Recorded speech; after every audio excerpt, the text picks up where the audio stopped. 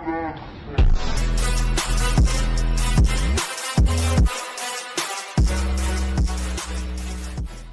that I go for everything is Brownells. Go ahead and go on to Brownells. A lot of stuff that I'm going to be using today you can get from Brownells, so go ahead and get on Brownells, save some money with this code, and let's get into it. Alright guys, so now we're getting into sights. One of the standards I try and have my students meet, and 80% of them I can get to do it, is basically they're going to shoot a target with a A-zone at 3 yards.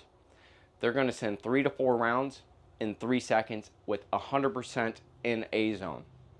Then they go to 5 yards and they have to get at least 80% at 5 yards. The problem most people have is making that time.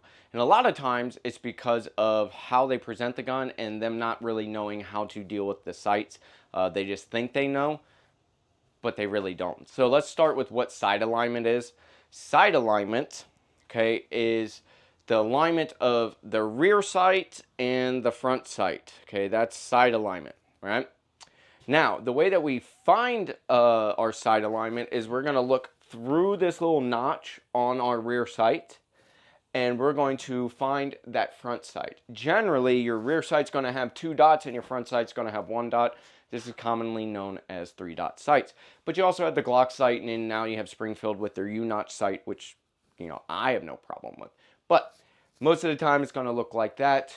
Let's get into this. Now, what we want to do is we want to have what's known as equal height, equal light.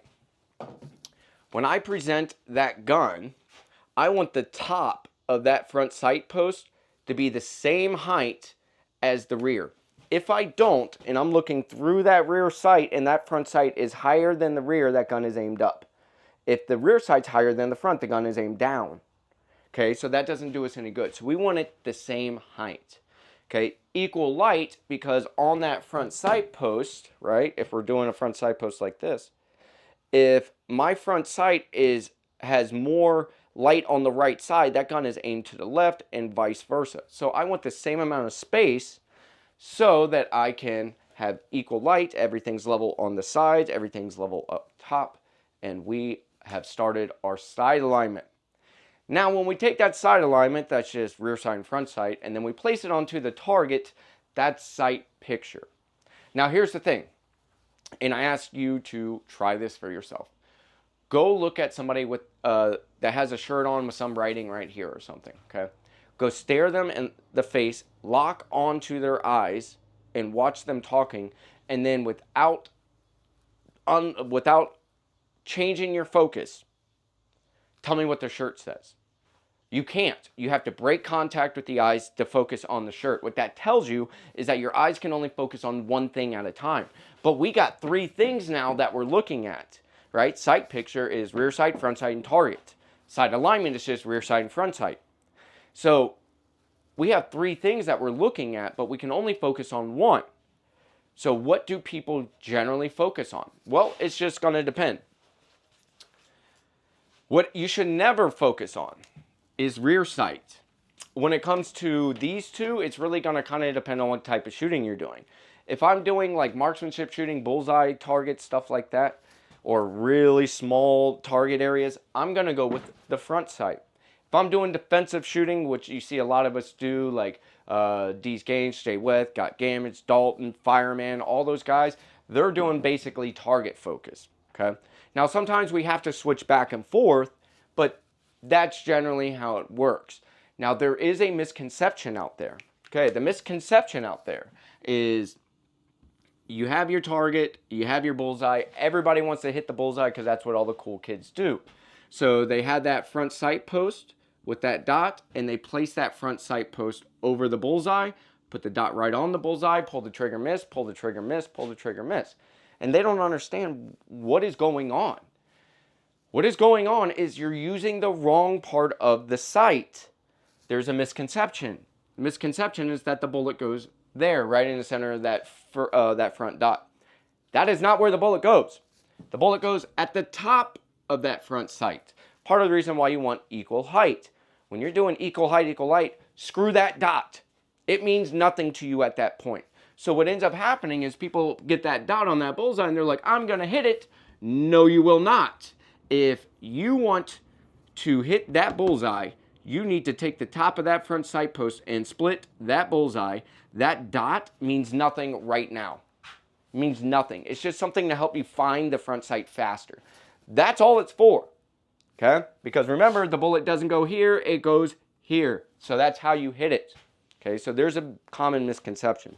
Now, some people would be like, oh, well, what about other guns at the 6 o'clock hold? That's even worse. Because if you're using the dot for a 6 o'clock hold, you're still going to be wrong. Because 6 o'clock hold would be, and these are older guns, some older 1911s. Most guns now are what we call a center hold, which would be split the bullseye. But the 6 o'clock hold idea was basically, we kind of called it lollipopping, because you had the bullseye on top of the front sight post, which still meant that the bullet doesn't go there and you'd be even further off. So, let's keep that in mind. Split that bullseye with the top of the front sight post. Now let's talk about why people have trouble even finding the front sight or dot or whatever. And it's generally based off of how they present the gun. Most people are going to present the gun in one or two ways, okay? They're going to present the gun doing either what's known as the bowling method or the fishing method. Bowling method is they're going to have this is a ready position.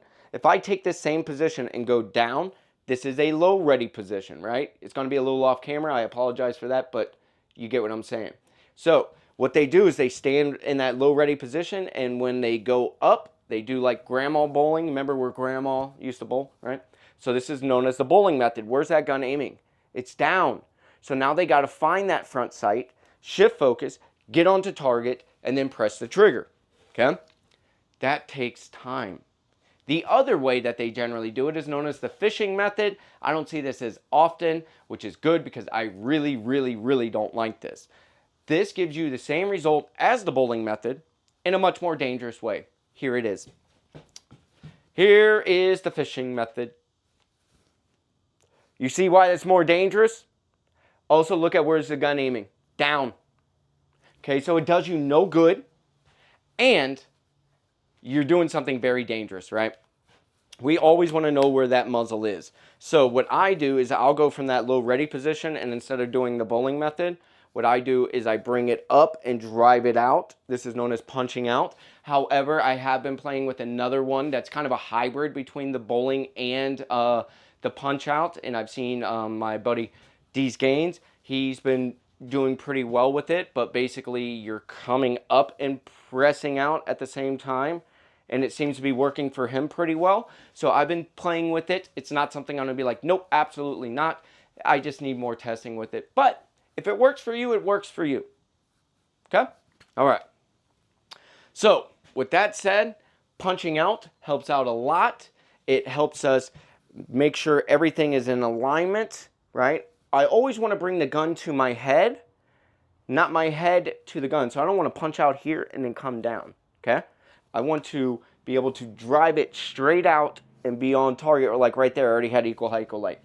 Practice this. This is where people sleep on this stuff. Practice this, right? Sit at home. Don't try and go, oh, Ricky Bobby, I want to go fast. I want to go fast, right? Just take it, drive it out nice and slow over and over again. Start looking for any little mistakes.